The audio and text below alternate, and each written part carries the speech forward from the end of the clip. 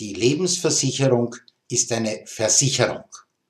Es mag erstaunlich klingen, dass man diese Feststellung macht, schließlich heißt Lebensversicherung Versicherung. Leider wird in der öffentlichen Diskussion sehr oft die Lebensversicherung mit Veranlagungsformen verglichen.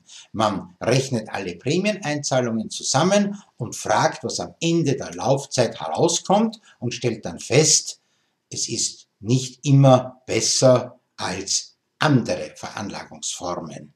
Dieses ist meines Erachtens ein völlig falscher Zugang. Die Lebensversicherung, deswegen betone ich das, ist primär eine Versicherung, die für den Todesfall abgeschlossen wird. Es könnten dieselben, die diese Rechnungen anstellen über die gesamte Laufzeit, auch eine Rechnung anstellen, der Versicherte stirbt im 3. Jahr der Versicherungslaufzeit und dann die bis dahin eingezahlten Prämien zur Versicherungssumme in Relation stellen und hätte dann eine gigantische Verzinsung.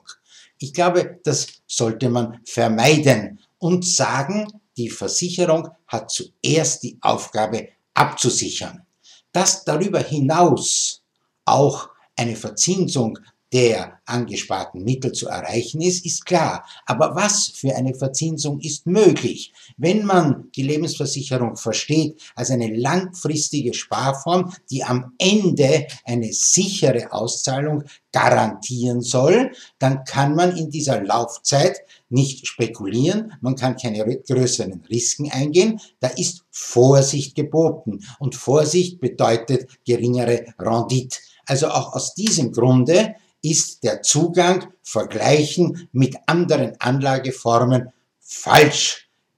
Mehr noch, natürlich gibt es auch Möglichkeiten, die Versicherung anders zu gestalten, die fondgebundenen, indexgebundenen, kapitalmarktorientierten Varianten. Da muss aber der Versicherte wissen, dass er in dem Sparbereich ein Risiko eingegangen ist. Und das müssen auch die Kritiker und Analysten berücksichtigen, indem man den Unterschied des eingegangenen Risikos zur Sicherheit zur Kenntnis nimmt.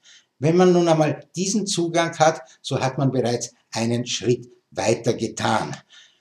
Zu beachten ist allerdings die Initiative der EU im Rahmen des neuen Regelwerks für die Versicherungswirtschaft, dem sogenannten Solvency II oder auch den Rechnungslegungsvorschriften, die unter dem Titel IFRS 4 im Umlauf sind und zur Debatte stehen, noch alle nicht umgesetzt sind, die besagen, ausnahmslos alle Veranlagungen von Versicherungen müssen nach dem Tageswertprinzip bilanziert werden. Da gibt es aber die irren Schwankungen, die man ja kennt.